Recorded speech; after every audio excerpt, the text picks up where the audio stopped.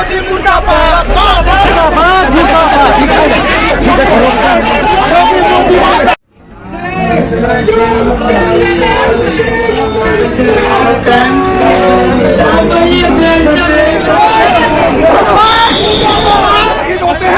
हमारी नेता किसानों के आंसू पोंछने के लिए जाती है तो लोकतांत्रिक तरीके से उनको गिरफ्तार किया जाता है।